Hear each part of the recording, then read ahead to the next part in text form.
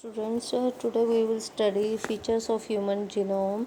Human genome ਦੇ ਕੀ features ਹੈ, what are the silent features of human genome project, ਉਹ ਅਸੀਂ ਸਟੱਡੀ ਕਰਾਂਗੇ। ਆਫਟਰ ਜਦੋਂ ਹਿਊਮਨ ਜੀਨੋਮ ਪ੍ਰੋਜੈਕਟ ਕੰਪਲੀਟ ਹੋ ਚੁੱਕਿਆ ਸੀ, ਮੈਨੀ ਸਾਇਲੈਂਟ ਫੀਚਰਸ ਵਰ ਓਬਜ਼ਰਵਡ।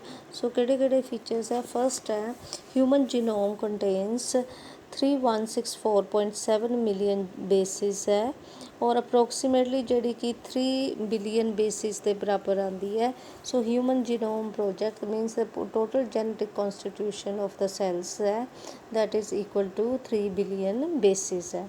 ਔਰ ਸੈਕਿੰਡ ਹੈ ਕਿ ਐਵਰੇਜ ਜੀਨ ਜਿਹੜੀ ਹੈ that consists of 3000 bases but size vary ਕਰਦਾ ਇਹਨਾਂ ਦਾ, ਇਹ ਸਮੋਲ ਸ਼ੋਰਟ ਵੀ ਹੋ ਸਕਦੀਆਂ ਔਰ ਲਾਰਜ ਵੀ ਹੋ ਸਕਦੀਆਂ।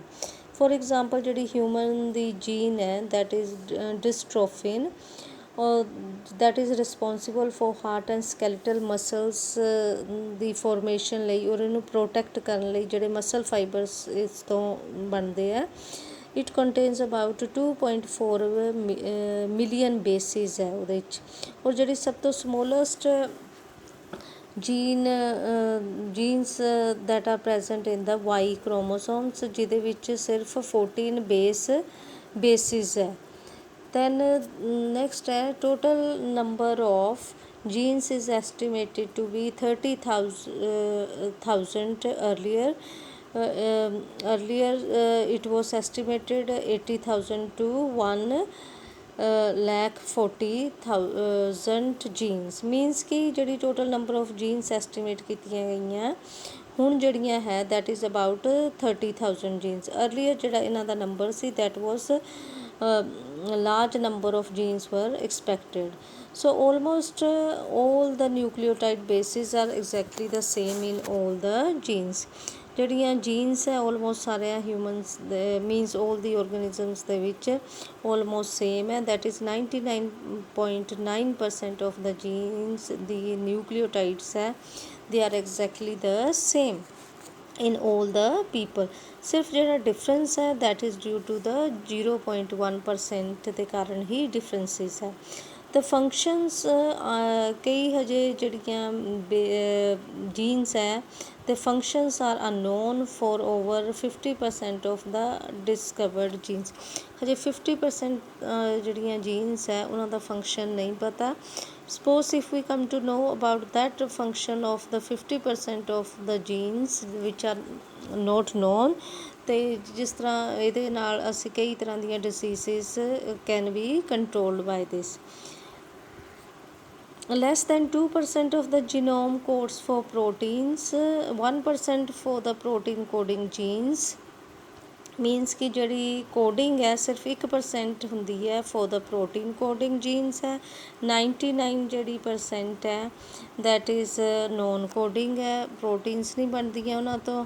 ਅਤੇ ਬਾਕੀ ਜਿਹੜਾ ਹੁਣ 99% ਹੈ ਇਹਦਾ ਕੀ ਕੰਮ ਹੈ? ਦੇ ਰੈਗੂਲੇਟ ਦਾ ਪ੍ਰੋਟੀਨ ਕੋਡਿੰਗ ਜੀਨਸ। ਜਿਹੜੀ 1% ਜੀਨਸ ਹੈ ਜਿਹੜੀਆਂ ਕੋਡ ਕਰਦੀਆਂ ਉਹਨਾਂ ਨੂੰ ਉਹ ਰੈਗੂਲੇਟ ਕਰਦੀਆਂ, ਜਿਸ ਤਰ੍ਹਾਂ ਕਿ ਲੈਕੋਪਰਨ ਦੇ ਵਿੱਚ ਪ੍ਰਮੋਟਰ ਵਗੈਰਾ they are all the non coding sequences ਜਿਹੜੀਆਂ ਕਿ 1% of the protein coding genes ਦੀ ਹੈਲਪ ਕਰਦੀਆਂ।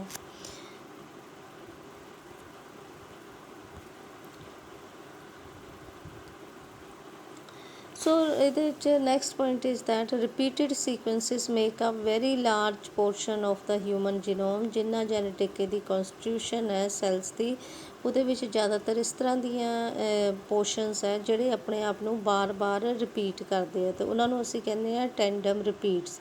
ਸੋ ਟੈਂਡਮ ਰਿਪੀਟਸ ਜਿਸ ਤਰ੍ਹਾਂ TCA, CAG, CAG, CAG, GTA। ਸੋ ਆਹ ਜਿਹੜੀਆਂ ਸੀਕੁਐਂਸਿਸ ਹੈ ਆਪਣੇ ਆਪ ਨੂੰ ਬਾਰ-ਬਾਰ ਰਿਪੀਟ ਕਰ ਰਹੀਆਂ they are known as tandem repeats. Repeated ਸੀਕੁਐਂਸਿਸ ਕਰਨੇ ਕਾਫੀ ਜੀਨੋਮ ਜਿਹੜਾ ਹੈ that is made up of repeated units, tandem repeats ਹੈ। so next is repetitive sequences ਹੈ they are stretches of DNA ਜਿਹੜੀਆਂ ਰਿਪੀਟ ਕਰਦੀਆਂ ਆਪਣੇ ਆਪ ਨੂੰ many times ਰਿਪੀਟ ਕਰਦੀਆਂ। they are stretch ਹੈ DNA ਦੀਆਂ sequences ਦੀਆਂ that are repeated many times, sometimes 100 to 1000 times ਵੀ ਆਪਣੇ ਆਪ ਨੂੰ ਇਹ repeat ਕਰਦੀਆਂ।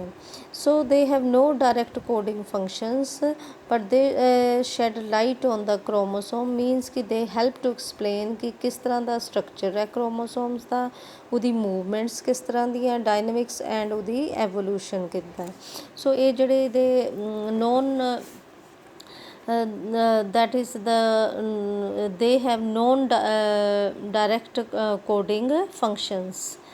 Then next chromosome 1 has most genes, that is 2968, or very less number of genes are present in Y chromosome।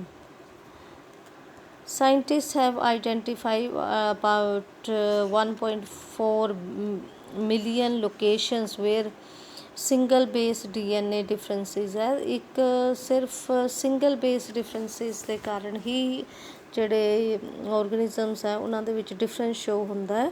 So scientist ਨੇ ਇਸ ਤਰ੍ਹਾਂ ਦੇ ਕਈ ਏਰੀਆਸ ਉਹਨਾਂ ਦੇ ਵਿੱਚ ਲੋਕੇਟ ਕੀਤੇ ਹੈ, that is there is a difference of single base pair ਦੇ ਕਾਰਨ। So these are known as single nucleotide polymorphisms, ਜਾਂ ਬੇਸਿਕਲੀ ਅਸੀਂ ਇਹਨਾਂ ਨੂੰ ਸਨਿਪਸ ਵੀ ਕਹਿ ਦਿੰਦੇ ਹਾਂ। So they occur in humans। The information promises to find diseases associated areas in chromosomes। ਜਿਹੜੀ ਇਨਫੋਰਮੇਸ਼ਨ ਹੈ ਦੱਸਦੀ ਹੈ ਕਿ ਕਿਹੜੇ ਇਹਦੇ ਵਿੱਚ ਡਿਜ਼ੀਜ਼ ਐਸੋਸੀਏਟਿਡ ਏਰੀਆਸ ਹੈ, as well as human history can be also found out from here. So ਇਹ ਪੋਲੀਮੋਰਫਿਜ਼ਮ ਸ਼ੋ ਹੋ ਰਿਹਾ ਕਿ ਇੱਕ ਜਿਹੜੀ ਸੀਕੁਐਂਸ ਹੈ ਔਰ ਇੱਕ ਮਤਲਬ ਇੱਕ ਪਰਸਨ ਦਾ ਇਹ DNA, ਦੂਸਰੇ ਪਰਸਨ ਦਾ ਇਹ DNA। ਸੋ ਇਹਨਾਂ ਦੇ ਵਿਚਾਰ ਰੈਪੀਟੇਟਿਵ ਜਿਹੜੀ ਸੈਗਮੈਂਟਸ ਹੈ they are almost same above and below, ਅਤੇ ਇਸ ਤਰ੍ਹਾਂ ਇਹ ਸੇਮ ਹੈ, ਬਟ ਜਿਹੜੀ ਇਹ ਵਿੱਚ ਸੀਕੁਐਂਸ ਹੈ that is different. So that is a ਪੋਲੀਮੋਰਫਿਜ਼ਮ।